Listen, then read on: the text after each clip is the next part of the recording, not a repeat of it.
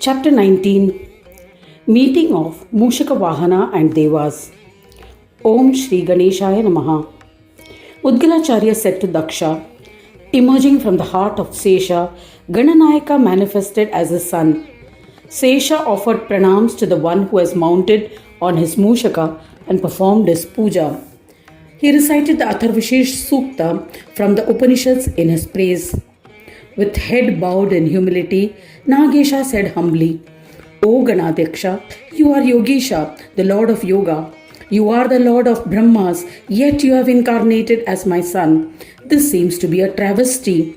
Then Gajanana, with his power of Maya, assumed the form of an infant. He enticed Sesha with his childish behavior. He felt that Gajanana was a real son. With his wife, he nurtured the child Gajanana with love. In this manner, Ganesha became 5 years old. O Daksha, listen to the events that followed involving Daityas. An evil Asura king Mayakara began destroying karmas. He imposed demonical karmas everywhere. As a result, all Devas were forced to fast as they did not receive any yajna offerings. This led to mayhem everywhere. There was unrest amongst people who followed Varnashrama Dharma. The offerings to ancestors were stopped. People did not dare to perform their ordained karmas due to fear of asuras. A terrified Shambhu and other Devas and Munis deliberated on how to destroy the Daitya. Mahayogi Brihaspati, who was wise and vastly experienced, advised, worship Ganesha with devotion to regain your respective positions. If one wishes to attain the fourfold prosperity, then Ganesha himself will instruct each one of their duties. This is definite. He is not born in the 4 ways: the womb born, egg born, moisture born, and transformation born. These are the 4 kinds of births. Hence, he can kill the wicked one. Following his advice, they all and the Guru observed austere penance without eating any food. They performed various yajnic austerities. After 100 years, Gajanana was pleased with their devotion and manifested before them to grant boons. The ecstatic Devas and Munis paid their respects and extolled him by singing various stotras. All concurred that he is the Lord of the world and pleaded, O Ganadyaksha, please kill the Daitya Mayakara. Please grant us pure bhakti, devoid of the influence of any Maya. We surrender at your holy lotus feet, we are certain. Heeding to their prayers, Gajanana said, I shall kill Mayakara after incarnating as a son of Sesha. O Brahmins, if my vehicle is made from the Amsha form of the 4 Devas, then I shall mount it and kill the Asura. You will be blessed with steadfast devotion to me. This is definite. You shall always be my profound devotees and will serve me. Granting these boons, Ganesha disappeared. It was he who later manifested from the heart of Sesha to fulfill the wishes of his devotees. The chief Devas and Rishis began to ponder about the heavenly vehicle endowed with the essence of the Devas. Shiva, the most superior of the Devas and proficient in Vedas, came up with an excellent solution. He said, in the Vedas, Mushaka has been described as a vehicle. The root word Musha means theft. That is, it has the knowledge of theft. Everything that has a name and form is Asat Brahma. Whatever indulgences are enjoyed by the one who possesses a name and form are enjoyed by the deity who is established in the heart of that form. An indulger develops a pride that he is an indulger without realizing that the Lord who resides in him is the actual enjoyer. He resides in the indulger like a thief and hence is referred to as Mushaka. This Mushaka is the one who drives mankind but resides in them in a mysterious form using his powers of Maya. In that form, he indulges in the enjoyments like a thief. In the same manner, Surya resides in the Atma, hiding within every living being. It is he who ultimately enjoys everything like a thief. Vishnu lives in the physical body and enjoys everything by Maya.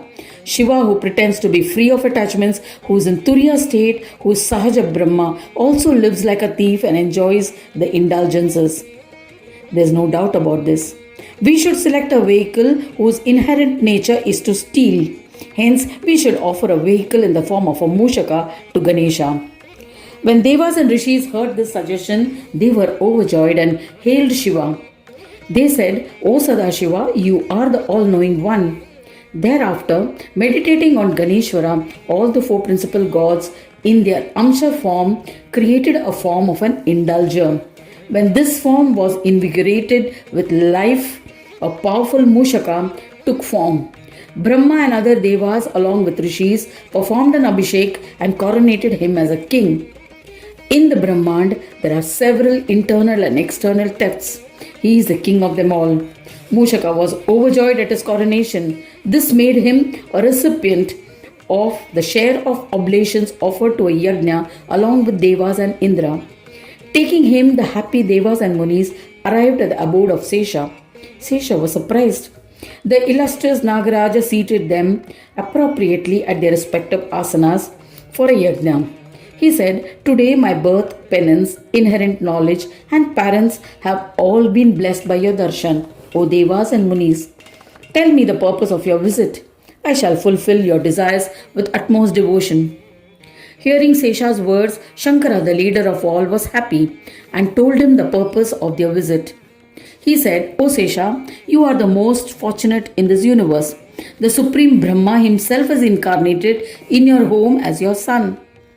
Do not think that this incarnation that has manifested because of your penance and contemplation of the Supreme Lord is merely your son. Mushakavahana is now 5 years old.